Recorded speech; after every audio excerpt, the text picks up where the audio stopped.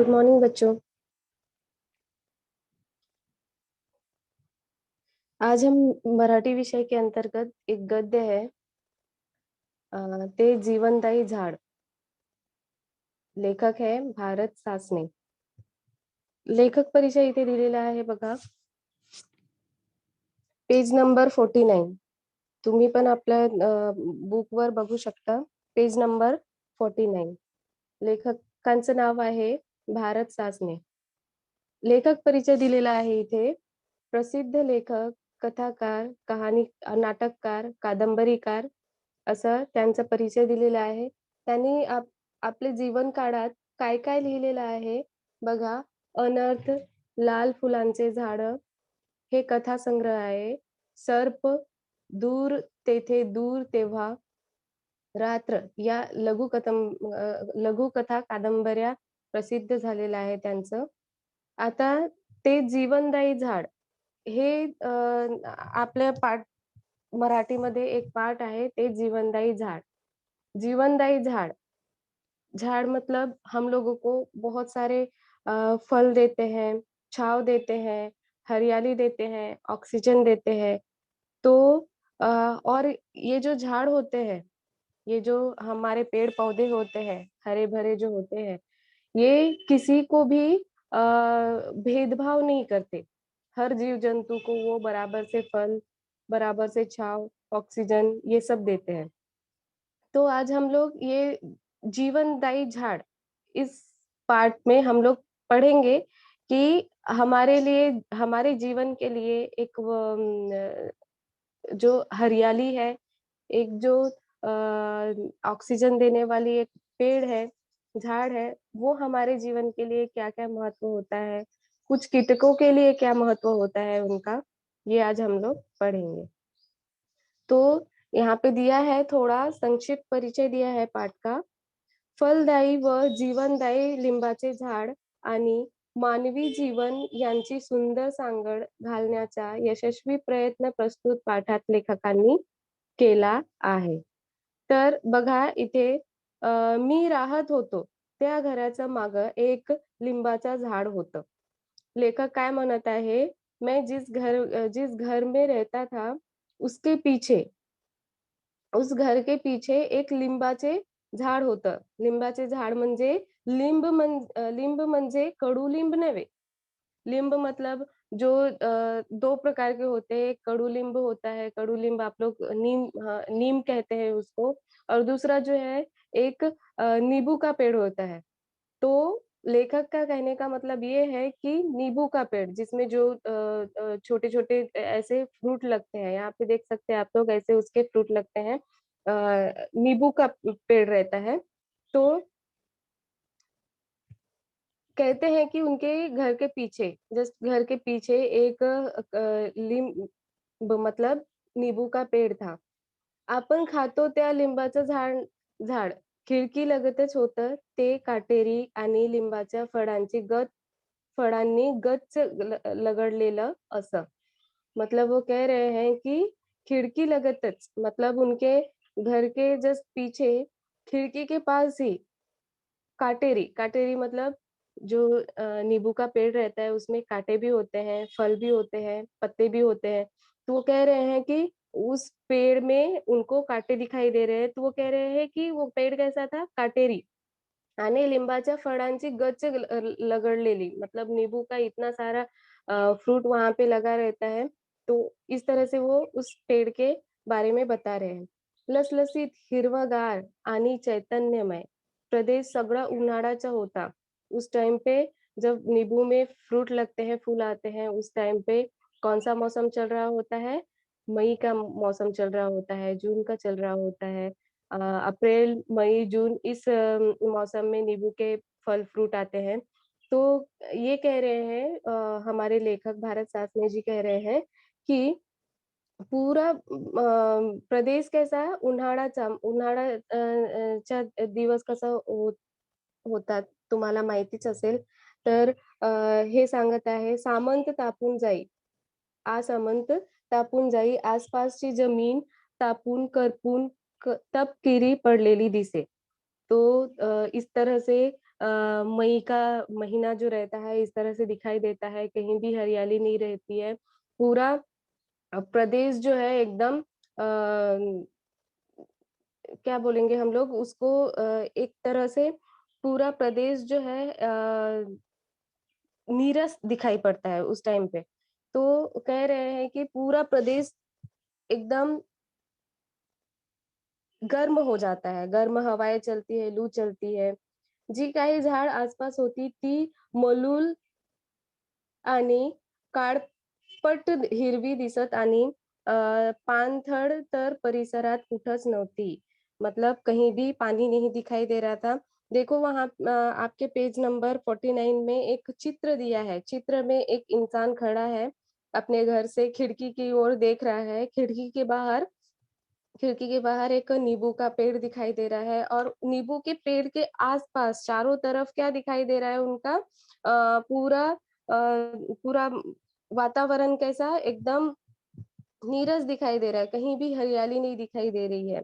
पेड़ तो दिखाई दे रहा है लेकिन उसमें पत्ते नहीं दिखाई दे रहे हैं और सिर्फ़ एक ही पेड़ है, जो हरियाली दिखाई दे रही है और उसमें फ्रूट भी लगा हुआ है। तो उसको ये जो हमारे लेखक हैं, भारत सासने जी उसको बहुत ही गौर से उसको देख रहे हैं. सगळीकडे शुष्क कोरडी जमीन, घर सुद्धा तापून निघे. हाँ, उस टाइम पे गर्मी के मौसम में घर भी पूरा तप जाता है मतलब गर्म हो जाता है. या सगळ्या पार्श्वभूमीवर ते झाड म्हणजे विलक्षण जीवनमय आणि जीवनदायी वाटे. मतलब उस माहौल में, उस वातावरण में वही एक एकुलती एक झाड होतं, जी जीवनदायी होतं. जीवनदायी म्हणजे हे जैसे पूरा वातावरण गर्म है और उसी झाड़ के नीचे शीतल ठंडा लगता था। मतलब उसी झाड़ के नीचे सारे कुत्ते आ जाते थे, सारे इंसान भी उसी झाड़ के आस-पास भटकने लगते थे और जितने भी कीटक होते थे, जीव-जंतु होते थे, उसी झाड़ के नीचे आ जाते थे। तो उन्होंने ये कहा है कि ये झाड़ जो है उस समय के लिए एक जीवनदायी था. खरं तर भिंतीच्या उंचीचे झालेलं लिंबाचे झाड म्हणजे भोवतालच्या सजीवांच्या दिलासाचं केंद्र झालं होतं. हे माझ्या लक्षात आलं. त्या झाडाखाली काळीभोर सावली मतलब उस झाड़ के नीचे कितना काळीभोर सावली मतलब पूरा छाया उस झाड़ के नीचे बहुत छाया था. मोरीचं पाणी सगळं त्या झाडाला जाई. मोरीचं पानी मतलब जितने भी लोगों के घर के जो नहाने के और बर्तन धोने के जितने भी पानी है, वो उस झाड़ के नीचे जाता था. त्यामुळं जमिनीत नेमकी तिथंच ओलं असे. त्या ओलसर जमिनीत मला काही शंख दिसू लागले. छोटे-छोटे शंख होते हैं, जहाँ पे पानी का सोर्स होता है, वहाँ पे ऐसे छोटे-छोटे जीव-जंतु आ जाते हैं। ऐसे ऐसे इस प्रकार के शंख भी दिखाई देते हैं। तो उनको लेखक को ऐसे छोटे-छोटे शंख भी दिखने लगे थे. आज तिथं दिसलेला शंख उद्या तिथं दिसे. मतलब ये कह रहे हैं कि वो शंख में जीव भी होते हैं। मतलब वो जीव कैसे जब वो देखते थे, आज अगर उस शंख को जिस जगह पे देखा गया है, वो दूसरे दिन अगर देखेंगे तो दूसरी जगह पे दिखाई देते थे। मतलब वो थोड़ा सरक जाते थे। मतलब ये शंख भी ऐसे चलते हैं, उसके अंदर भी जीव होता है। तो कह रहे हैं कि कुछ ऐसे शंख थे जो आज अगर यहाँ पे दिख रहा है तो कल वहाँ पे दिखेगा इस तरह से वो बता रहे हैं. मग लक्षात आलं की या झाडाखाली गोगलगाईची वस्ती आहे. गोगलगाई. गोगलगाई आप लोगों को पता होगा. गोगलगाई इस तरह से दिखाई देता है उसके पीठ के ऊपर एक ऐसा कवच जैसा रहता है और इ ऐसे ही गोगलगाई होते हैं. तो ये कह रहे हैं कि उस झाड़ के नीचे गोगलगाई भी दिखाई देती है. झाडाखाली गोगलगाईची वस्ती आहे. इतक्या मोठ्या आकाराची गोगलगाईची वस्ती मी प्रथमच पाहत होतो. मतलब इस तरह से ऐसे आकार की जो गोगलगाई है, उसको मैं पहली बार देख रहा हूँ, इस तरह से वो कह रहे हैं. प्रथमच पाहत होतो आणि प्रथमच मी असंही पाहिलं, की त्या गोगलगाई शंख पाठीवर घेऊन तर चालतातच, परंतु त्या झाडावरही चढतात. मतलब ये हमारे लेखक जी कहते हैं कि इस गोगलगाई को तो मैं इतना यानी इतना बड़ा गोगलगाई मैं पहली बार तो देख रहा हूँ, लेकिन ऐसा भी देख रहा हूँ कि गोगलगाई अपने पीठ के ऊपर शंख, ये देखो यहाँ पे पीठ के ऊपर शंख जैसा कुछ उनका कवच रहता है और वो शंख को लेकर वो लोग ऊपर झाड़ के ऊपर भी चढ़ते हैं और झाड़ के ऊपर चढ़ते वक़्त उनका एक ऐसा फांदीवर चिकट रंगानं बरबटलेला गोगलगाई पाहणं, त्यांचा प्रवास निरखणं हा माझा आणि लहान मुलांचा कौतुकाचा कार्यक्रम होऊन बसला होता। मतलब ये गोगलगाई जो होते हैं, ये सरकते हैं आगे, सरकने के बाद अपने पीछे एक चिकट और एक रेशमदार ऐसे लिक्विड छोड़ते हैं और वो लिक्विड ऐसे एकदम चमकता है। तो वो कह रहे हैं कि ऐसे चिकट आणि बरबटलेला गोगलगाई पाहणं म्हणजे पूर्ण कौतुकाचा कार्यक्रम होऊन बसला होता. मतलब सबके लिए मनोरंजन का ये हो गया था. आता काय बनत आहे बघा, लवकरच एक पारव्याची जोडी त्या गर्द हिरव्या आश्चर्यात दिलासा शोधू लागली. अब कहते हैं कि अ, कुछ दिन बाद पारव्याची जोड़ी कबूतर को कहते हैं। तो पारव्याची जोड़ी 2 कबूतर उनको उस पेड़ के आसपास, उस झाड के आसपास दिखने लगे. त्या जोडीनं काड्या-काड्यांचं एक घरटं घरटं त्या लिंबाच्या काटेरी झाडात बांधायला सुरुवात केली. मतलब ये जो पक्षी होते हैं, पक्षी पेड़ के ऊपर ही अपना घर बनाते हैं। तो कह रहे हैं लेखक जी कि अ, ये जो जोड़ी है, ये जो पारव्याची जोड़ी है, ये काड्या-काड्यांनी मतलब छोटे-छोटे जो तनस होते हैं, जो घास-फूस होते हैं, उसको ले लेकर उसको ला-लाकर वो लोग उसमें घोंसला बनाने लगे थे. एक घरटं त्या लिंबाच्या काटेरी झाडात बांधायला सुरुवात केली. खिडकीतून किंवा दारातून हळूच पाहिलं, की गुंजाच्या डोळ्यांची लुकलुकत्या नजरेची पारवी दृष्टी पड़े. मतलब लेखक कह रहे हैं कि खिड़की से अगर थोड़ा भी देखो, तो ये जो कबूतर है, पारव्याची जोड़ी है, ये उनकी नज़र जो है ऐसे लुक-लुकित ऐसे आकर्षित लगती थी और वो तुरंत ही उनको भी देख लिया करते थे. भोवतालची रखरखीतून त्या जोडीनं एक थंड असा आश्रय शोधून काढला होता. थंड आश्रय म्हणजे पशु-पक्षीयांना पण, कीटकला पण त्या ऋतूत, गरमीच्या ऋतूत त्यांना पण थंड पाहिजे होतं. माझा मुलगा तिथं वारंवार जाऊन पाही म्हणून मग ते जोडपं हळू-हळू दिसेनासं झालं. मतलब लेखक का जो बेटा है, वो बार-बार उस पक्षी को देखने जाता था खिड़की से, तो ये जो पक्षी है, वो डर जाते थे और अ, कुछ दिन बाद ये पक्षी जो है, दिखाई नहीं देने लगे, मतलब वहाँ से छोड़कर वो लोग चले गए थे. चिमण्या आणि इतर पक्षी यांनी ते झाड नेहमी गजबजलेलं असे. मतलब ये जो झाड़ है, ये नींबू का जो पेड़ था उसमें चिमण्या पण आणि इतर पक्षी पण त्यांचं येणं-जाणं सुरू होतं. जणू गात बहरत संगीतमय झाड, तुरेदार तुरेदार बुलबुल आणि पोपट नेहमी तिथं दिसतं. मतलब चिमनिया आप लोगों को पता होगा ये जो पक्षी है इसको चिमनिया कहते हैं और उसके साथ-साथ अलग-अलग प्रकार के भी पक्षी उस पेड़ के ऊपर दिखाई देने लगे थे और चिव-चिव करते हुए पूरा वातावरण वो लोग संगीतमय कर देते थे। उसके साथ-साथ पोपट, पोपट मतलब तोता। तोता भी उस पेड़ के ऊपर उनको दिखाई देने लगे थे. त्या सगळ्यांचं ते झाड म्हणजे एक केंद्र, एक आकर्षण, एक आश्वासनाचं विश्वासाचं ठिकाणं झालं होतं. मतलब वही एक एकुलता एक झाड होतं यानी एक वही एक पेड़ था जिसमें हरियाली थी, जिसमें फल भी थे और उसमें ठंड वातावरण भी था और पूरा वातावरण आसपास का शुष्क था, मतलब बहुत गर्म वातावरण था। तो यही सब आकर अ, बसने लगे थे. कलकलाट आणि गजबजाट. त्या झाडानं जणू अनेक पक्ष्यांना जगण्यासाठी नवं आश्वासक निमंत्रण दिलं होतं. ते आश्वासन कंठोकंठी दूरपर्यंत पोहोचून भोवतालच्या तप्त वातावरणातून अनेक पक्षी त्या एकमेव थंड झाडाकडं थव्या-थव्यानं येत असल्याचं माझ्या लक्षात आलं.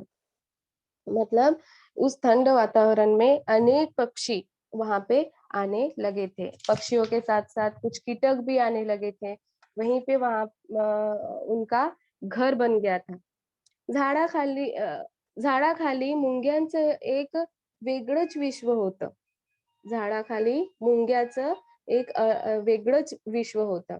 मतलब ये जो चींटी होते हैं, मुंग्या म्हणजे चींटी, जो चींटी होते हैं वो जहाँ पे ठंड वातावरण रहता है, वहीं पे अपना घर बना लेते हैं, ज़मीन के अंदर घर बना लेते हैं। तो उनका एक अलग ही विश्व था, अलग ही उनका समाज था।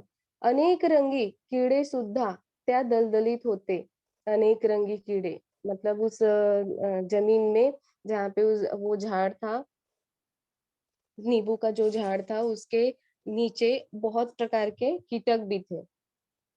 एकदा पाहत असताना सापाची कात आढळून आली. सापाची कात. कात म्हणजे जो साँप होते हैं, अपना स्किन छोड़ देते हैं। साँप अपना स्किन छोड़ते हैं, फिर स्किन उनके ऊपर फिर से दोबारा निर्माण होने लगता है। तो ऐसा इन उनका साँप का स्किन रहता है, तो उसको वो लोग छोड़ देते हैं। तो लेखक कहते हैं कि उस झाड़ के नीचे सापाची कात पण दिसत होती. झाडावर खारीची वस्ती तर होतीच, पण थंड सावलीत कुत्रीही इथं तिथं विसवायला येत. मतलब वहाँ पे कुत्ते भी दिखाई देते थे. फुलांपासून ते फळापर्यंतचा सगळा जीवन प्रवास त्या झाडाचा मला पाहायला मिळाला नाही. परंतु शेवटच्या बहरात फुलं लागलेली पाहिलं. मतलब लेखक कहते हैं कि फूलांपासून मतलब जब उस झाड़ को फूल लगा हुआ था, तो फल उस फूल से फल तक आने का जो जीवन प्रवास है उस झाड़ का, मैंने पूरा जीवन प्रवास उसका नहीं देखा, देखने नहीं मिला। लेकिन उसमें जो फूल आए थे, वो उस उन्होंने बहुत अच्छे से देखा था। ही फुलं चिमुकली, मंद गोड वासाची आणि अद्भुत फळदार आश्वासन घेऊन आलेली असतं. उनका फूल यानी जो नींबू का पेड़ रहता है उसका फल ऐसा होता है और फूल इस तरह से छोटा-छोटा मंद गोड़ इस तरह से उसका वास रहता है। तो उसका फल रहता है इस तरह से और फूल ऐसे होता है। छोटे-छोटे फूल होते हैं, व्हाइट कलर के होते हैं। फल पहले ग्रीन रहता है और उसके बाद येलो हो जाता है। फुलामुळं लवकरच त्या झाडाभोवती पंखधारी चिमुकल्या पऱ्या उडू लागल्या. फुलपाखरं आणि रंगीत उडते कीटक, फुलचुखे, चिमुकले, पक्षी आणि भुंगे एका छोट्या फांदीवर मधमाशांचं पोळही रचलं जाऊ लागलं. मधमाशे मतलब जो ये रहता है इस तरह से पेड़ के ऊपर ऐसे लगाते हैं। ऐसे आप लोगों ने देखे होंगे कहीं, तो वहाँ उस झाड के ऊपर कुछ मधमाशाही दिसू लागलेलं. तेव्हा मात्र खिडकी लावून घ्यावी असं वाटू लागलं. पण त्या माशांनी कधी कुणाला दंश केला नाही. दंश केला मतलब कभी किसी को उन लोगों ने हानि नहीं पहुँचाई, उनको काटा नहीं. ये जब काटते हैं तो बहुत ज़्यादा तकलीफ होता है, तो लेखक कहते हैं कि हमेशा हम लोग उसके बाद खिड़की लगाने ही लगे थे, लगाकर ही रखते थे क्योंकि अगर वो मक्खी अगर अंदर आ जाती है, किसी को काट लेता है तो बहुत त्रास होता है।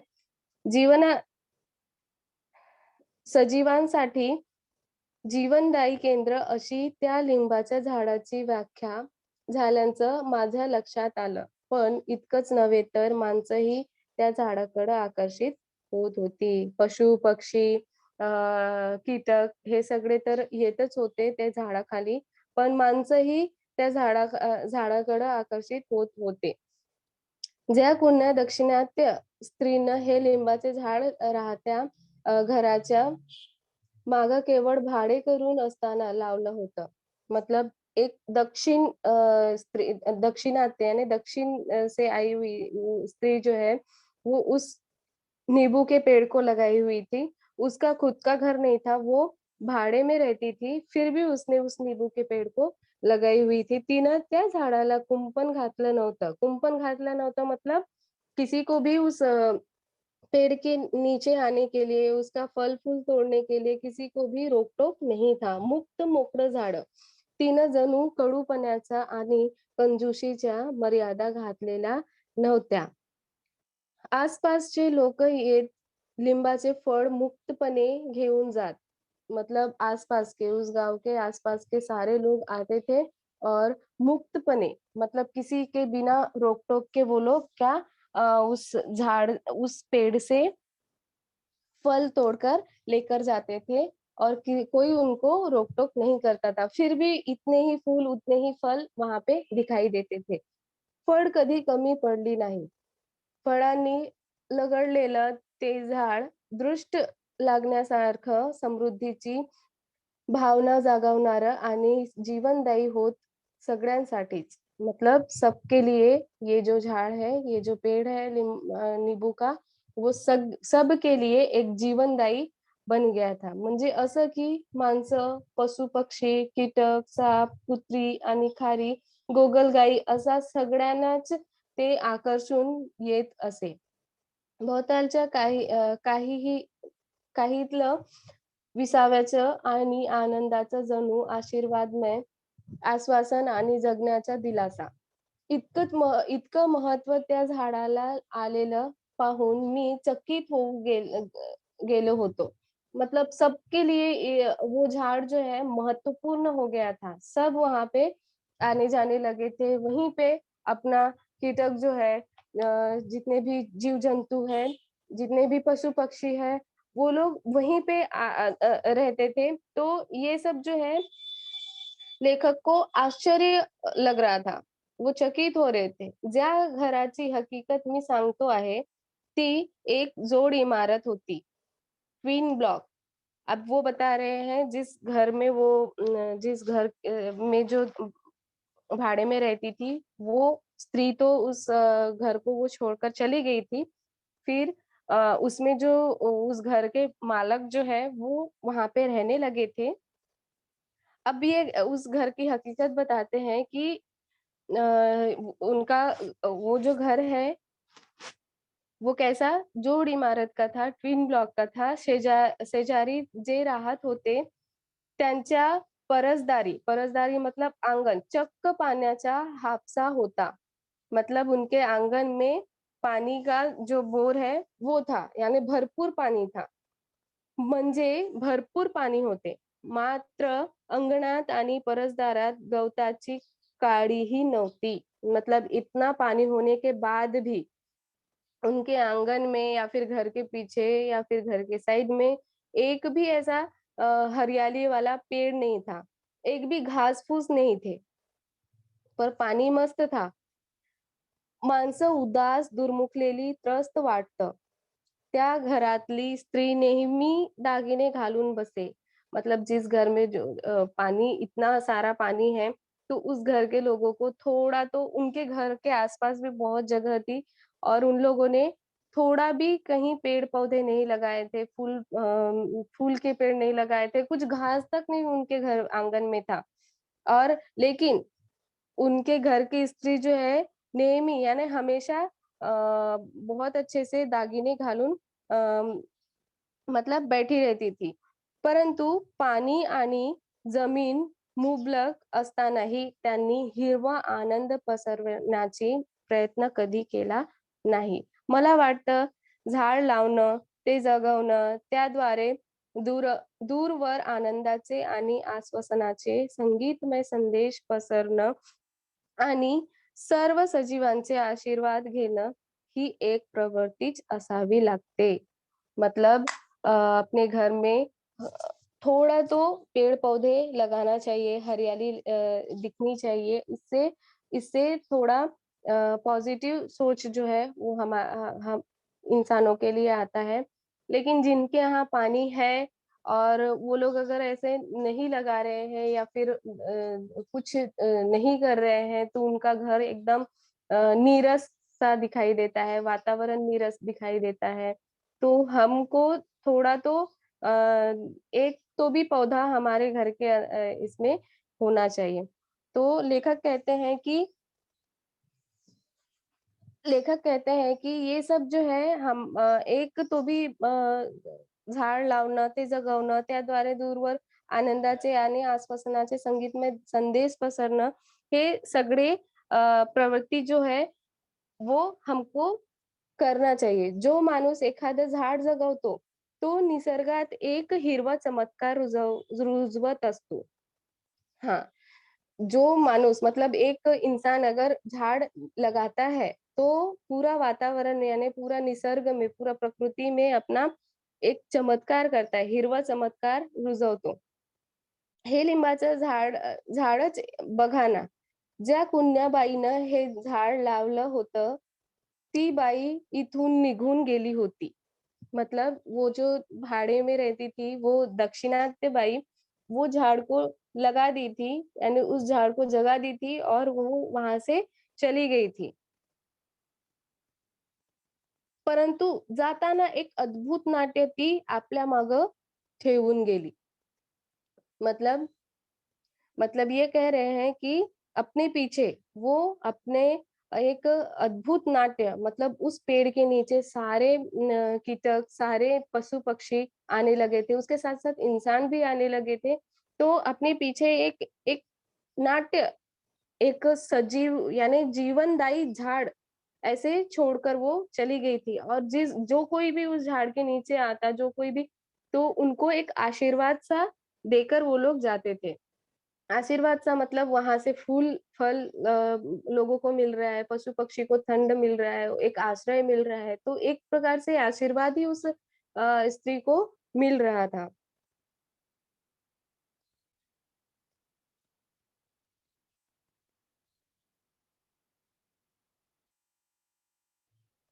Sorry 1 minute.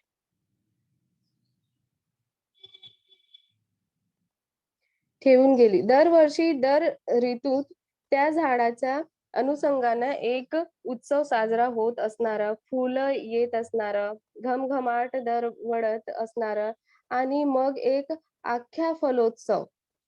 फळांचं लगडणं हे सगळं घडत असणारं मी तर केवळ एका ऋतूतला सजीवांच्या जागत्या आनंदात अस्तित्वाचा साक्षीदार होतो. पण शेजारची ती माणसं, ती अनेक वर्ष त्या घरात राहत आलेली होती, परंतु न त्यांनी ते हिरवं कौतुक पाहिलं, न त्यांनी झाड लावली, न त्यांनी फुलं फुलवली. हा निसर्गातला आनंद त्यांच्या मनात कधी पोहोचल्याचं मी पाहिलंच नाही. मतलब उस घर के बारे में बता रहे हैं जहाँ पे बहुत पानी था लेकिन उन्होंने कभी पेड़-पौधे नहीं लगाए और जो लगा हुआ है, जो दक्षिणात्य बाई ने जो पेड़ लगा कर गए हैं, उसको भी कभी उन लोगों ने देखा तक नहीं। मतलब एक तरह से एक नीरस नीरस इंसान उन लोगों को कहा जा सकता है। म्हणूनच कदाचित ती माणसं त्यांच्या परस अंगणाच्या सारखीच उदास, भकास, तपकिरी अशीच वाटत राहिली मनानं. ते झाड लावणारी ती दाक्षिणात्य बाई एकदा एकदा तिच्या मुलासह आमच्या घरी आली होती। मतलब जो नींबू का जो पेड़ लगाई हुई थी वो दक्षिणात बाई जो है वो एक बार लेखक के घर आई हुई थी। तिनं आल्याबरोबर प्रथम जाऊन ते झाड पाहिलं. मतलब आते ही उसने अपना लगाया हुआ झाड़ पहिले देखणे गई. तिच्या तो हळवेपणा मला सृजनाशी संबंधित वाटला. मला वाटतं सृजनाशी, नवनिर्माणाशी, निर्मितीशी मन जोडलेलं असेल तर ते ताजं राहतं. झाडांना फुलवणं, रुजवणं, त्यांचा हिरवा संदेश दूरवर पोहोचवणं, त्या यातून मन सृजनात्मक आणि आनंदी निर्मितीक्षम होत असावं. मतलब एक सृजन, एक निर्माण करने वाले इंसान जो है, हमेशा दूसरों को भी खुशियाँ देते हैं और खुद भी खुश रहते हैं। ऐसे ही इंसान सभी इंसान को रहना चाहिए, हरियालीमय, संगीतमय, हमेशा आनंदमय रहना चाहिए. एक मागं ठेवलेलं फळदार झाड किती जीवांना जगवतं, आनंद देतं, जीवन देतं, आश्वासन आणि आशीर्वाद देतं. हे पाहिलं की मन थक्क होतं. हे मर्म ज्यांनी जाणलं वाटतं आनंद ते मला वाटतं आनंदी राहतात. जे नुसते भौतिक गोष्टीचा ध्यास घेतात, दागिने लेवून बसतात. त्यांच्या भोवताली कधी हिरवं झाड उगवत नाही आणि त्यांच्या मनात कधी पक्षी चिवचिवत नाहीत.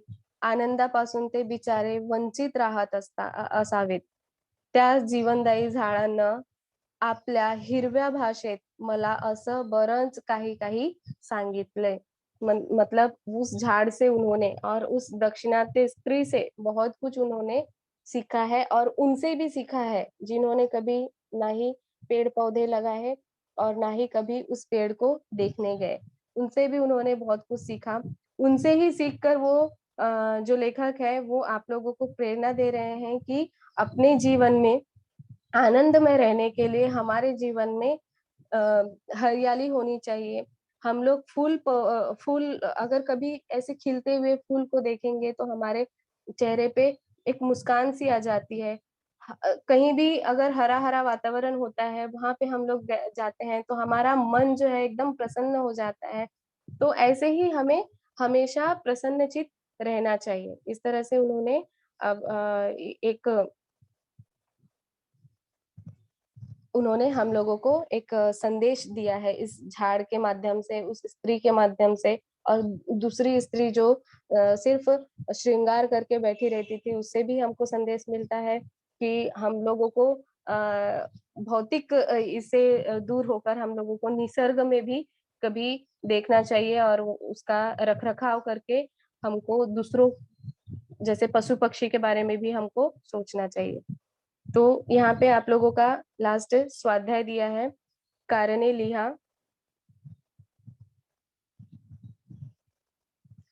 कारणे लिहा मध्ये दिलेलं आहे, लेखकाला लिंबाचे झाड जीवनदायी वाटले. कारण कारण इथे दिलेलं आहे, लिंबाचे झाड जीवनदायी का वाटले त्यांना? कारण शुष्क कोरडी जमीन व अ, तपलेले घर यांच्या पार्श्वभूमीवर हे झाड लसलसीत हिरवेगार होते. म्हणून लिंबाचे झाड लेखकाला जीवनदायी वाटते.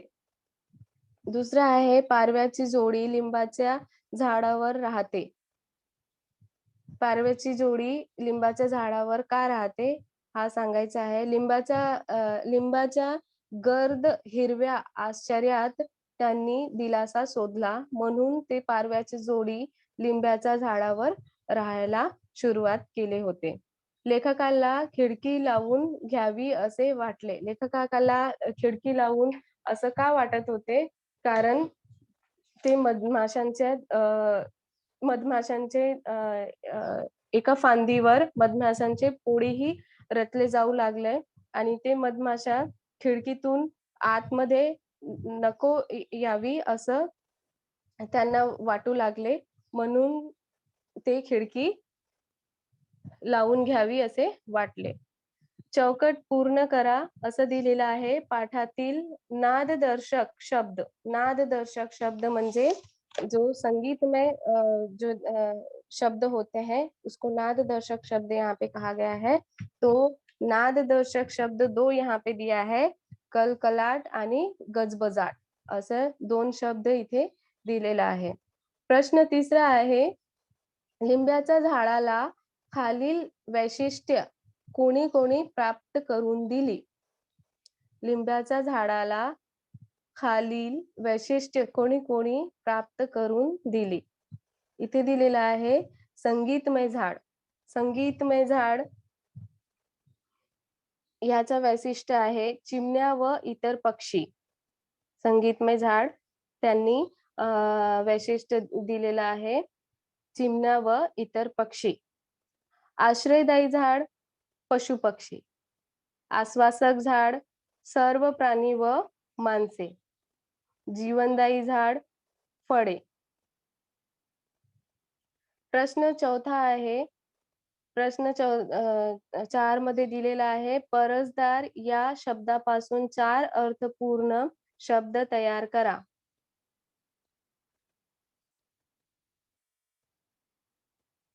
परसदार असं एक शब्द दिलेला आहे. 4 अर्थपूर्ण शब्द तयार करायचा आहे आम्हाला. आता 4 परसदार शब्द कसे बनवतात?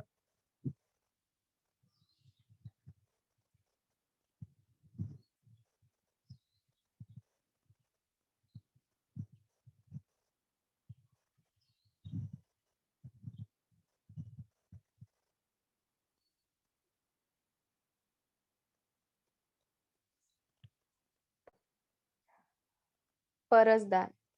पर एक शब्द झाला, सदा दुसरा शब्द, दास तिसरा शब्द आणि दार असं 4 अर्थपूर्ण शब्द तयार झालेला आहे. पाठात वर्णन आलेल्या 2 कुटुंबाची दिलेल्या मुद्द्यांच्या आधारे तुलना करा. पाठात वर्णन आलेल्या 2 कुटुंबाची दिलेल्या मुद्द्यांच्या आधारे तुलना करा. तुलना करायचं आहे आम्हाला.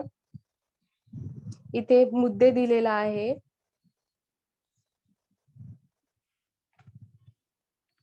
बघा, जोड इमारतीत राहणारी 2 कुटुंब. 2 कुटुंबामध्ये तुलना करायचं आहे. परसदार मुद्दा दिलेला आहे. परसदार, माणसे, स्त्रिया, पाणी, जमीन आणि हिरवा आनंद. कुटुंब क्रमांक 1, कुटुंब क्रमांक 2. आता परसदार.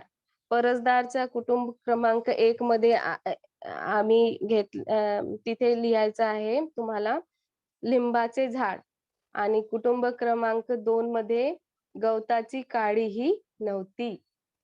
तुलना करायचा है. 2 फैमिली में ये जो है इसमें तुलना करना है. परसदार एक मुद्दा दिया गया है. पहला कुटुंब जो है एक पहला परिवार जो है उसने नींबू का झाड लगाया था और दूसरे ने एक गवती ही लावलेली नव्हती. अब दुसरा माणसे. माणसे कसे होते? कुटुंब क्रमांक 1 मध्ये आनंदी व मुक्तपणे फळे घेणारी आणि कुटुंब क्रमांक 2 मध्ये उदास, दुर्मुखलेली, त्रस्त असं दिसत होते. तिसरा मध्ये बघा स्त्रिया. कुटुंब क्रमांक 1 मध्ये हिडव्या स्वभावाची आणि कुटुंब क्रमांक 2 ची स्त्रिया कशी होती? सदा दागिने घालून बसलेली. चौथा आहे पाणी जमीन. पाणी जमीन मध्ये कुटुंब क्रमांक 1 मध्ये येणार तुमचा मोरीचे पाणी, जमीन तापून तपकिरी झालेली आणि कुटुंब क्रमांक मध्ये मुबलक पाणी व जमीन. हिरवा आनंद. 5वा हिरवा आनंद. कुटुंब क्रमांक 1 मध्ये येणार सर्वत्र पसरवला आणि कुटुंब क्रमांक मध्ये कधी पसरवला नाही. आता चूक की बरोबर इथे दिलेला आहे. चूक की बरोबर ते लिहा. परसदारी पाण्याचा हापसा असलेल्या शेजाऱ्यांची बाग फुललेली होती. चूक की बरोबर? हा जे सेंटेंस हा जो वाक्य है ये चूक आहे. ये वाक्य जो है ये गलत है. परसदारी पाण्याचा हापसा मतलब जो शेजार के घर में जो थे वहां पे बहुत ज्यादा पानी था लेकिन उनके घर में कभी एक घास फूस का भी कुछ उन लोगों ने लगाए नहीं थे. इतर पक्ष्यांच्या त्रासामुळे पारव्याची जोडी लिंबाच्या झाडावरून हलली. हे बरोबर आहे. तिसरं आहे लिंबाचं झाड लावणारी स्त्री अत्यंत हळवी होती.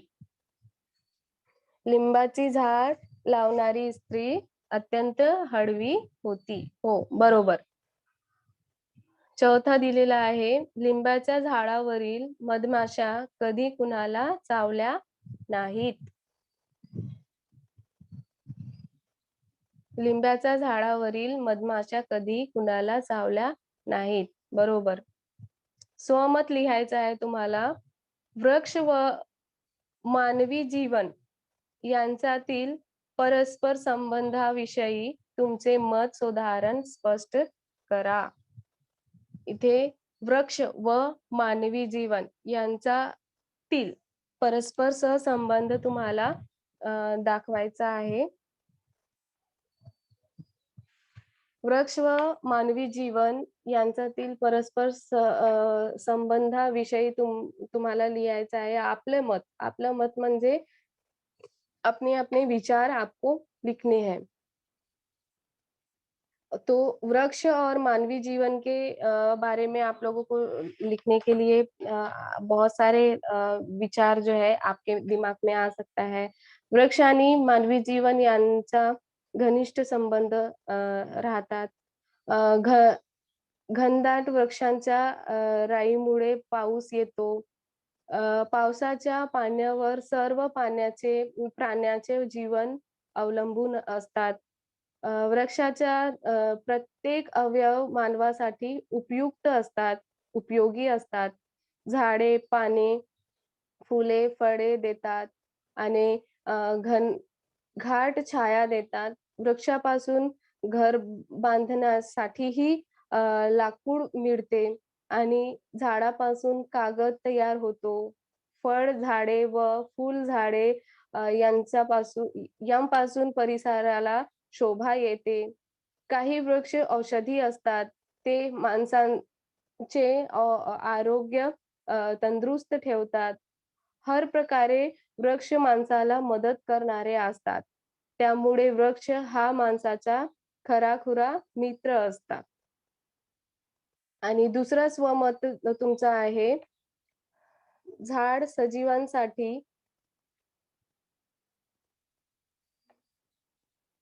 सजीवांसाठी जीवनदायी केंद्र असे बनू शकते. हे विधान पटवून द्या. झाड सजीवांसाठी जीवनदायी केंद्र बनू शकते. कसे बनू शकते? हे विधान पटवून द्या. झाड़ ये जो है सजीवों के लिए हमेशा जीवनदायी होते हैं. सजीवों के लिए जीवनदायी कैसे होते हैं? जैसे हम लोगों ने अभी पीछे पाठ में पढ़ा कि कितने सारे जीव जंतु जो है उसमें आश्रय लिए हुए थे. फिर पशु पक्षी जो है अपने यानी ठंड वातावरण देखकर वहीं पे बसने लगे थे. तो झाड जो है सजीवांसाठी जीवनदायी केंद्र असतात.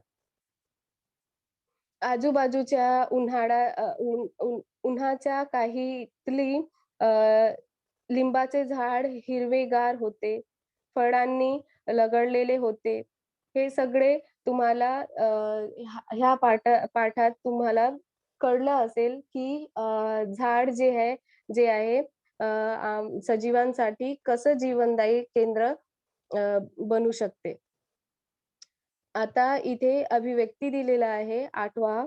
लेखकाच्या मुलाने पारव्याच्या जोडीचा आश्रय त्यांचे घरटे वारंवार पाहिल्यामुळे पारव्याचे जोडपे हळूहळू दिसेनासे झाले. ही घटना तुम्हाला काय सांगते ते स्पष्ट करा. मतलब ये जो पारिवा कबूतर की जो जोड़ी थी, वो आश्रय उस झाड़ के ऊपर ले चुकी थी, लेकिन जो लेखक के का बेटा जो था, वो बार-बार उस जोड़ी को देखने के लिए खिड़की से पे जाता था। इसके वजह से जो वो पक्षी है, वो डर के मारे वो धीरे-धीरे वहाँ से चले गए। तो इस पे आप लोगों को इस घटना पे आप लोगों को काय सांगता येते, हे ते स्पष्ट करायला इथे दिलेलं आहे.